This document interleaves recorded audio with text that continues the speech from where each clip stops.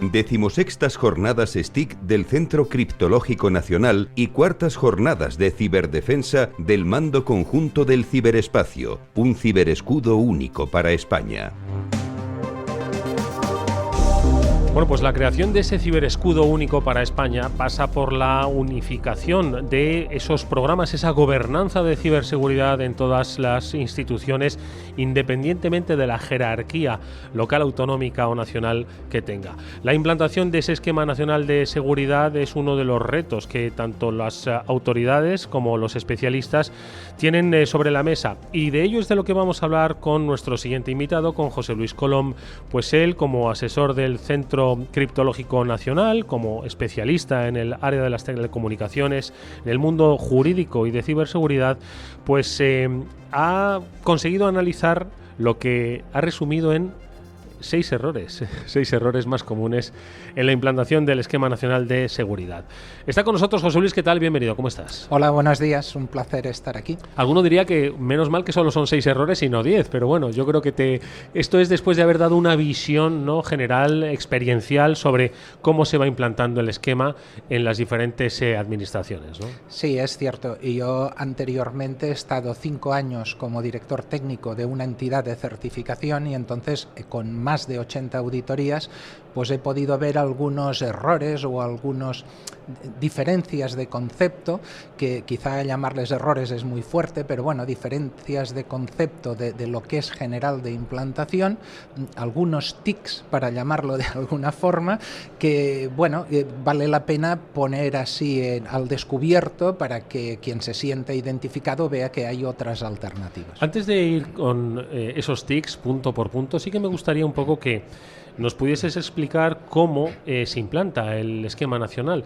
Si para la mayoría va a ser implantarlo desde cero, si hay una base sobre la que empezar a trabajar, ya no hablo de base culturales, sino una base de organización, de tecnología. ¿En qué punto nos encontramos, dirías tú? Sí, y yo siempre digo lo mismo, en los tiempos que corren, si no hubiera nada de medidas de seguridad, ya estaríamos todos hackeados. Esa es la realidad.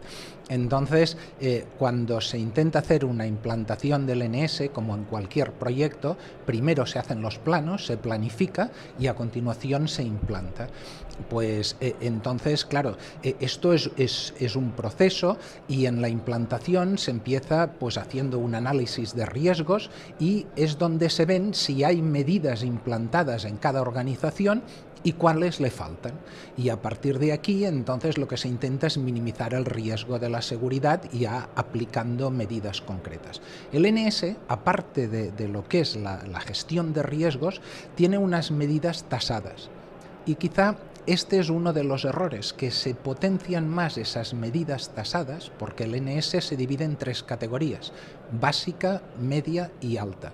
Entonces, cada categoría tiene asociadas unas medidas concretas de seguridad. Claro, si aplicáramos estas a ciegas, estaríamos ninguneando el análisis de riesgos. Entonces, la ventaja del NS es que tiene estas medidas tasadas y renunciables en función de la categoría, que surge de la valoración de los servicios que se prestan y la información que se maneja, con las acciones para mitigar o tratar los riesgos que surgen del análisis de riesgos.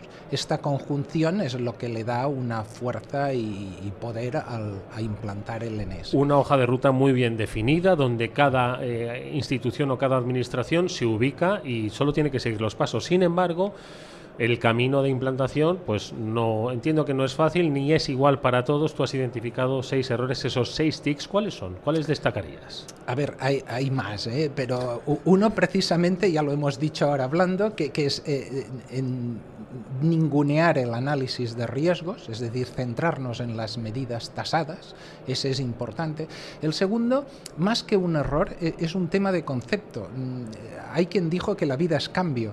Entonces, cuando definimos la política de seguridad, casi todas las organizaciones tienen la costumbre, en el propio texto de la política de seguridad, que es el documento de máximo nivel en la organización, que obliga a todos a cumplir unos requisitos de seguridad, o que indica cómo se debe llevar la seguridad en la organización, pues dedican un folio o 2 a definir pues normativa aplicable.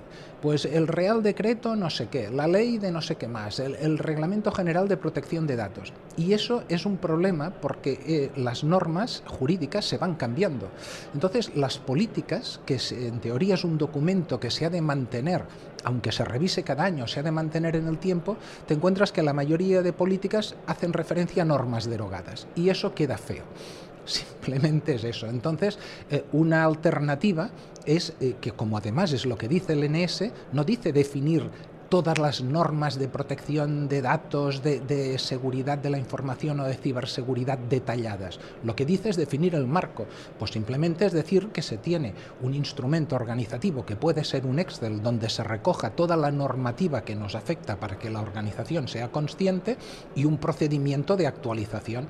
Y con eso yo creo que es más que suficiente, definimos el marco, pero no llenamos la política de normativa que quedará obsoleta. ¿Qué otros aspectos son los que destacas que deberían, que tienen puntos de mejora o quizás hay que ponerles el foco?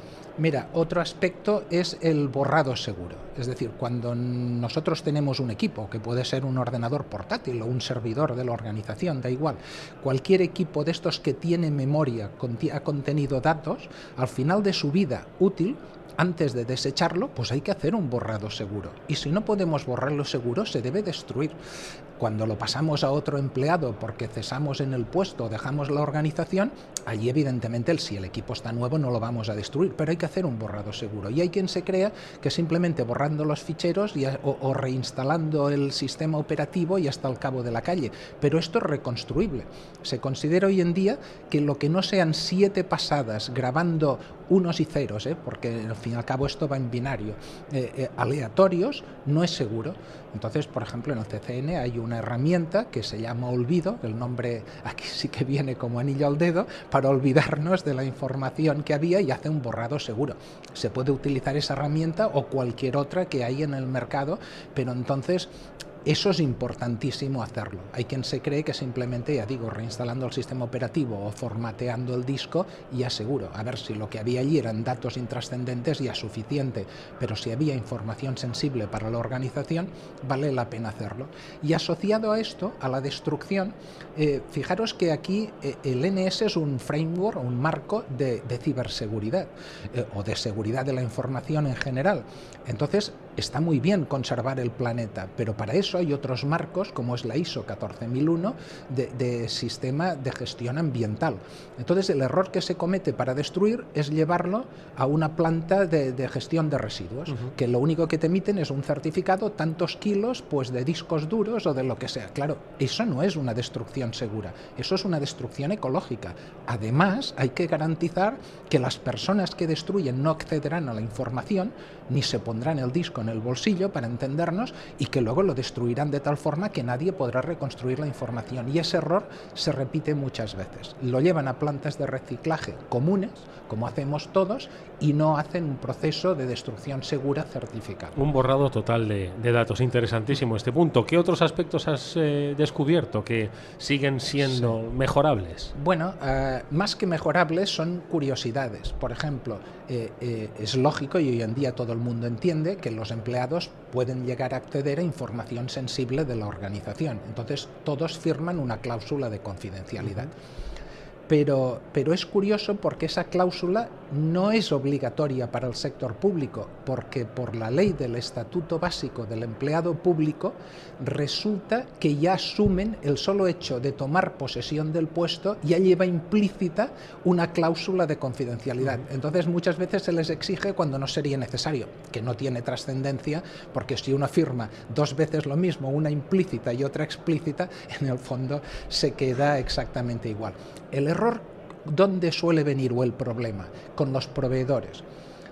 Tú a un proveedor no le puedes hacer que suscriba, o no es conveniente hacer que suscriba una cláusula de confidencialidad con tu empresa. Si acaso es su empresa que se lo ha de hacer suscribir a él. Entonces tú lo máximo que haces es suscribir un acuerdo entre organizaciones.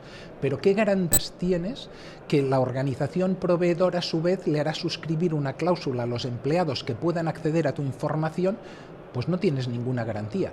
O le pides que te enseñe esas cláusulas que han suscrito, o bien, para mí la mejor opción es exige certificación del Esquema Nacional de Seguridad, certificación del NS al proveedor, y eso ya te da una garantía porque el auditor que lo ha auditado él ya le habrá solicitado las cláusulas de confidencialidad a los empleados.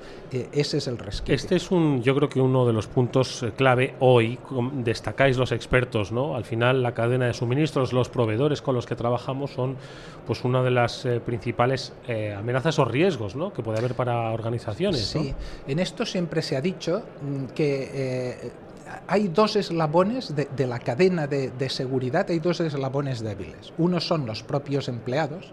Por ejemplo, hoy en día todos llevamos correo en el móvil, el correo corporativo, hacemos videoconferencias y si nos pilla fuera del despacho pues lo hacemos también con el móvil. Es decir, que cada vez hay más superficie de exposición del móvil a Internet y entonces si eso no se protege, pues es muy fácil hacer un ataque a través del empleado. Y la otra eslabón débil es la cadena de suministro, porque muchas veces tú puedes tener una gran organización con una seguridad perimetral enorme, pero un proveedor tuyo que no tiene tantas medidas de seguridad, pues entonces al igual está conectado con tu sistema, pues yo le ataco a él y a través de él te entro a ti. Estos aspectos es importante tenerlos en cuenta. ¿Me das algún tic más? Ostras, pues la verdad es que así ya a bote pronto no sé ya qué más decir, porque realmente son muchos. Pero de alguna forma yo creo que esto denota, ¿verdad, José Luis?, la necesidad de implantarlo de una manera ordenada, por supuesto, acompañada, adaptada a las particularidades de cada uno y que requiere de una formación y un acompañamiento en esa implantación, yo creo que muy importante, que ahí va a estar la clave, ¿no?, precisamente del éxito de esa... Totalmente de acuerdo. Fijaros que hay dos medidas de seguridad de las 73 que componen estas tasadas que hemos dicho, el NS, que precisamente una es concienciación y la otra es formación. La diferencia entre formación y concienciación, que a veces no se sabe, aquí los que tienen formación jurídica lo entienden bien, porque se dice que una norma jurídica se divide un poco entre reglas y principios. Entonces las reglas indican lo que se debe o no se debe hacer y los principios es aquel bien superior que justifica la regla para que no te la saltes cuando nadie te ve. Pues entonces, bajo este criterio, la formación es explicar las reglas y la concienciación es potenciar esos principios que harán que cumplas tanto si te ven como si no te ven. Entonces eso es importantísimo. Pues yo creo que es un colofón jurídico, pero creo que muy comprensible el que nos ha dejado nuestro invitado José Luis Colom, ingeniero de telecomunicaciones, asesor del Centro Criptológico Nacional, miembro de los diferentes grupos de trabajo y además es profesor en los cursos de certificación como auditor jefe. Gracias, José Luis, por estas píldoras. Creo que van a resultar de mucha utilidad a muchos de los ahora mismo responsables públicos encargados de implementar esos esquemas nacionales de seguridad en sus organizaciones. Que vayan por el buen camino. Gracias. Gracias a vosotros. Hasta un placer. Pronto.